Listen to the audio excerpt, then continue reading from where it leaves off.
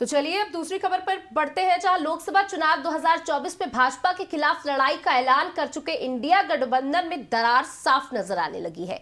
एक तरफ कांग्रेस पार्टी ने भारत जोड़ो न्याय यात्रा के बंगाल में एंट्री कर ली है, जहां दूसरी तरफ ममता बनर्जी ने अकेले चुनाव लड़ने का ऐलान कर दिया है। इंडिया गठबंधन के तले जुड़े कांग्रेस के पूर्व प्रमुख का स्वागत हरगिज भी उस अंदाज में नहीं हुआ जैसा उन्होंने सोचा होगा। बिल्कुल सौम्या, राहुल गांधी की यात्रा के बंगाल में प्रवेश करने के बाद कूच बिहार में तृणमूल कांग्रेस पार्टी के कार्यकर्ताओं ने काफिले के पोस्टर दिखाए, जिसमें लिखा था बंगाल में दीदी काफी है।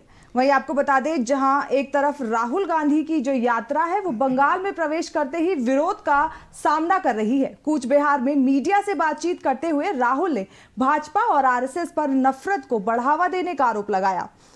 बिल्कुल, उन्होंने कहा कि बीजेपी और आरएसएस मिलकर देश भर में नफरत को बढ़ावा देने के साथ हिंसा फैला रही है। मालूम हो कि टीएमसी और कांग्रेस इंडिया गठबंधन के तहत सहयोगी है, लेकिन बंगाल में आगामी लोकसभा चुनाव के मद्देनजर इन दोनों दलों के बीच कुछ ठीक नहीं लग रहा है। यानी कि सीट बंटवारे को लेकर खटास भरी खबरें अब सामने आने लगी हैं। बुधवार को ममता ने ऐलान करके सभी साथियों को चौंका दिया कि उनकी पार्टी टीएमसी आम चुनाव में पश्चिम बंगाल से अकेले चुनाव लड़ेगी। बिल्कुल, जहां कल आपको बता दें ममता बनर्जी के बयान के बाद एक हड़कंप मच गया।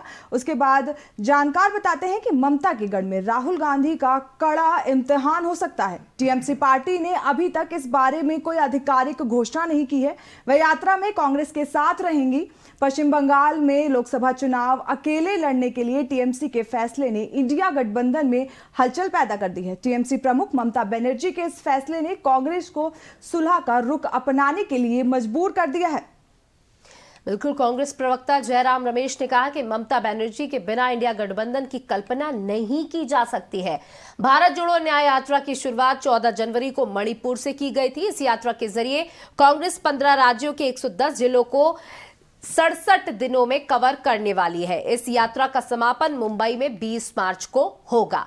तो आपको बता दें कि राहुल वर्सेस ममता, किस तरीके से इंडिया गठबंधन, जब ये पहली बार ये सारे लोग एक साथ आए तो उन्होंने बीजेपी को हराने की बात कही। उन्होंने कहा कि हम सब मिलके बीजेपी को हराएंगे, लेकिन यहां पर तो जैसे जैसे चुनावों की तारीख नजदीक आ रही है, एक एक करके ये सारे उस गठबंधन से बाहर होते जा रहे हैं। जहां ममता बनर्जी ने खुद कहा कि अकेले वो चुनाव लड़ेंगी पश्चिम बंगाल में, इससे उनके इस फैसले से सभी अचंभित हैं।